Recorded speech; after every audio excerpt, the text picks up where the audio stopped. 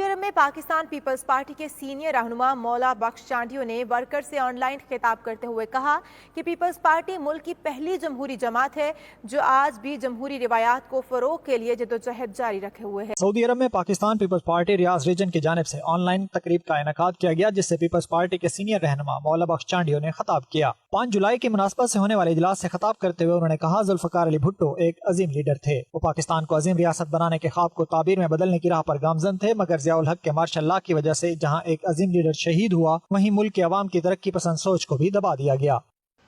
یہ وقت کے پہیے کو پیچھے کرنے کی سازش تھی، یہ جو عوام کا سفر آگے جا رہا تھا اس کو روکنے کی سازش تھی، یہ پاکستان کے لوگوں کو جمہوریت سے مایوس کرنے کی کوشش تھی، اور جو اس سفر کو آگے لے کے جا رہا تھا، جو